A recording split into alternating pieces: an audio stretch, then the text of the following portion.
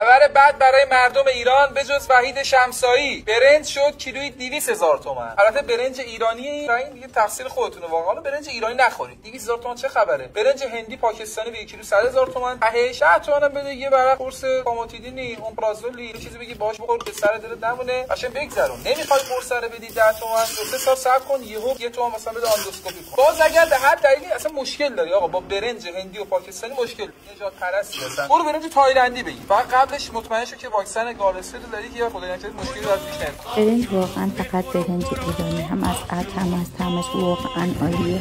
هیچ وقت آبکشش نکنید. کده‌ای درست بکنید بذاری هر وقت آبش تغییر شد برای دمکش سنال، لوبیا، عدس هر چیزی دوست داشتید بهش اضافه کنید و شوله رو کم کنید که قشنگ دم بکشه. تحتیکش عالی میشه، خیلی خوشمزه. برنج ایرانی حرف نداره. تو کامنت ها ببین شما از چه نوع برنجی استفاده میکنی. اگه مفید بود حتما لایک و کامنت یادتون نره.